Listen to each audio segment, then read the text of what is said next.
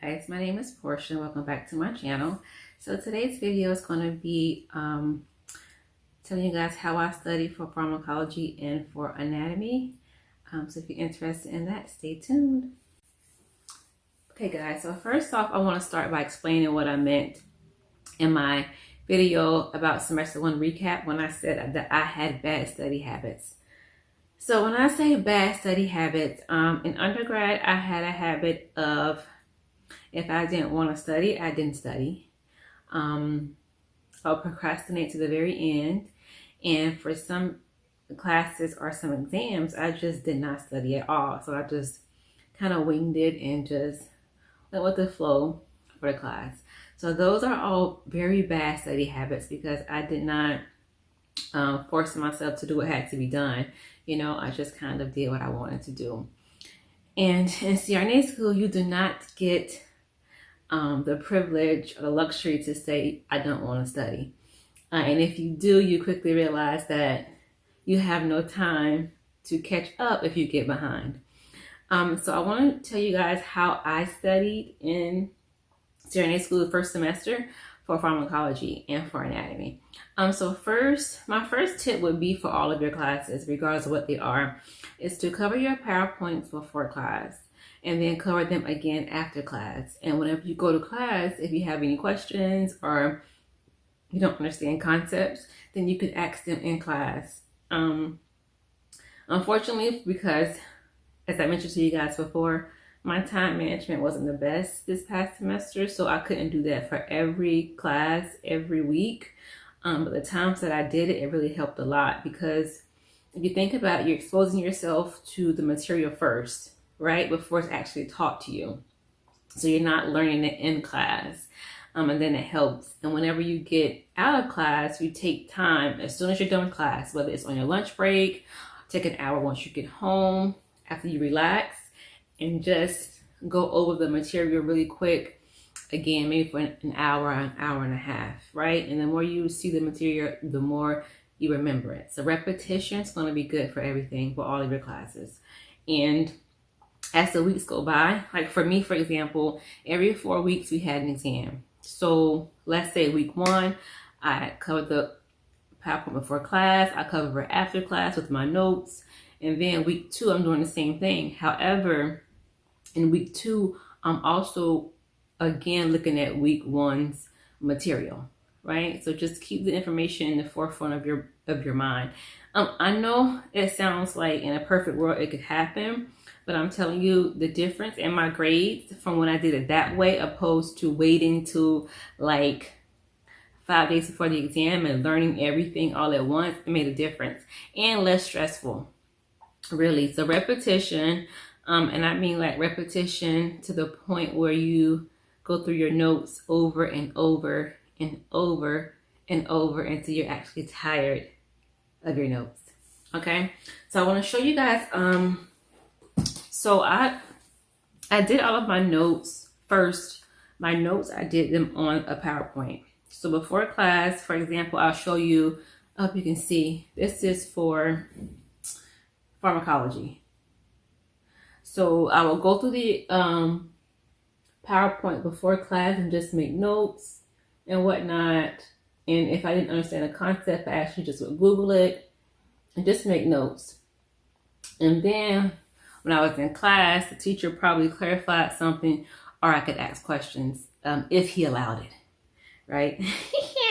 But anyway, so that's what I would do. I would go through the PowerPoints, read and highlight what I thought was important. And then in class, he would go over the PowerPoint, and then it would I'll write in more details and more notes. Then after class, I would come home and I would go over it again. But for my final, I did a little bit of a different thing because I didn't have time, like I said, for every week to do that. So for finals, and actually maybe for exam 3, I made study guides and I made them as we went along. So let's say we covered vasodilators. So I would make a study guide from his notes, from his PowerPoint, and I'd turn it into like a Word document. And I would go through, highlight, and making notes. And then in class, I would go through making more notes. But for my final, I did actually handwritten notes, which I'm just old school like that. I am a pen and a paper and highlighter kind of person. So for my finals, I made like study guides for each of the PowerPoints, right? Which helped me. And I love highlighting different colors and different pen colors, different highlighter colors. So I would say for pharmacology, repetition, memorization. You're going to have to memorize a lot of stuff for pharmacology, unfortunately. Pharmacology has a lot of information, but I would suggest organizing the information. For example, okay, so for this, like here, medications here are my oral direct factor XA inhibitors. These are all the medications in that class. This is the mechanism of action. So that means that all these medications do the same thing. So I've had to figure out a way to come up with a mnemonic or an acronym for the medications to remember the medications. Unfortunately, I don't know how your professor would teach, but for our professor, we had to know medications for all the classifications. Some of them have one, some have multiple. You could go by endings. However, that was tricky when dealing with your anticoagulants and platelets and thrombin inhibitors, because they all sometimes have the same endings. And then for your antidepressants, those two have different endings and some. Sorry about that, guys. My dog was barking at someone or something passing. I don't know.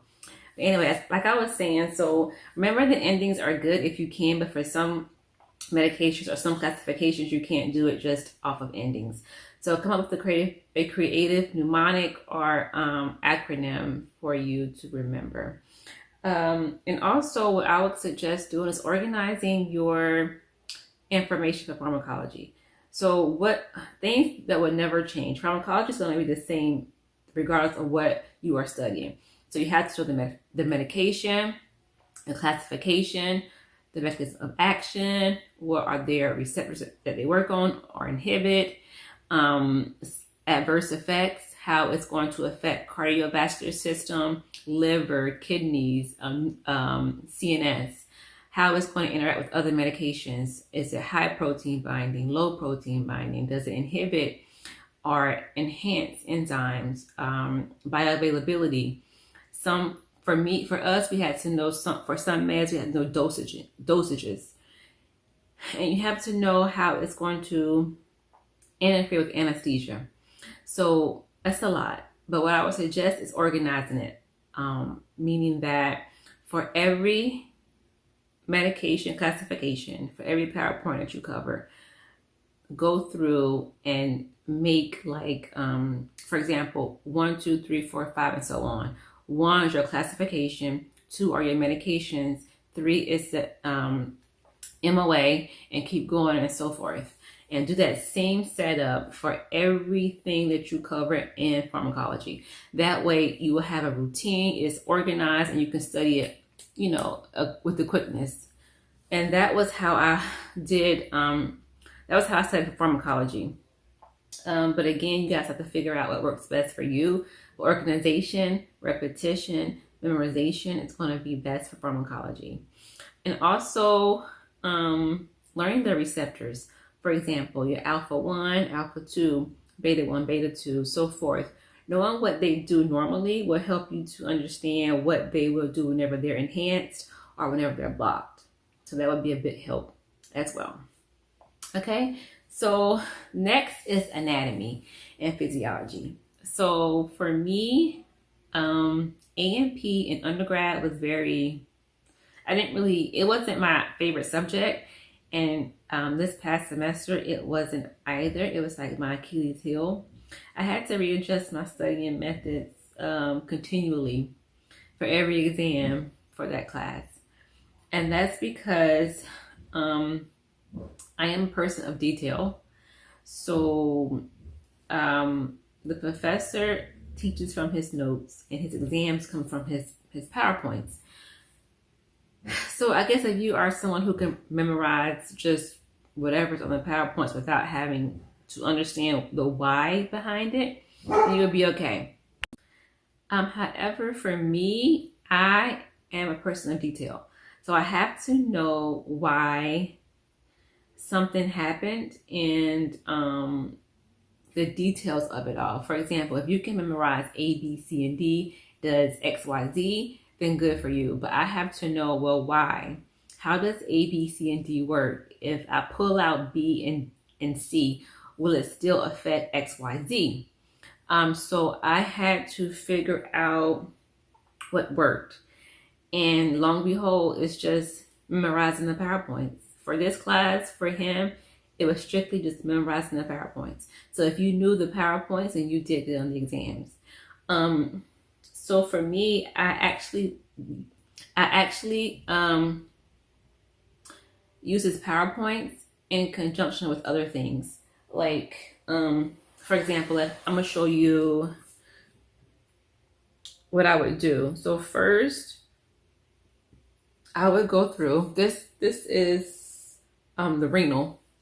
So I would just go through PowerPoint and just make my own notes, draw my own little pictures and whatnot, so that I can understand, highlight, and everything. I did that after class for him because it became so much. Sometime I wasn't able to actually go through every single PowerPoint before class. But I did go through it after class. I would print pictures if I thought that helped. I actually found myself referring back to my Barron's book for my CRN that I studied for. That book is very helpful for anatomy because it made things very simple, but it made it connect for me. And also during my final, I came across a YouTube channel called Ninja Nerd. Um, it was like uncovering hidden treasure. And it's funny because I heard about this channel before I started CRNA school, and then my friend, once I started, told me about it, but it never registered with me until finals, and I came across some videos, and I was like, wow. So it's called Ninja Nerd, and it's this guy who teaches about the body, biology. He goes through all the body systems and the organs, and he teaches it in a simple way, and he draws pictures. So I'm a very visual person, so that helped me a lot. So I would suggest that channel if you are a visual person, or if anatomy just isn't your thing like it was for me. What else can I tell you about anatomy? I think that's it. I use PowerPoints. I use videos and his PowerPoints, and pictures. Sorry, and pictures. So yeah, guys. So like I said, just be organized, be consistent. If you need to, I would suggest a calendar to write out. Okay, today I'm going to study for 2 hours for AP. Just write things out. Stick with the schedule. Be consistent. That is like the most important thing. Being consistent, repetition, memorization. That's what it is, unfortunately, because it's a lot of material. So yeah. So you guys, I hope it was helpful. Um, if you have any more questions, let me know. If you have any tips for me for studying, let me know. Um, any more suggestions, leave them in the comment section. And I will see you guys next time.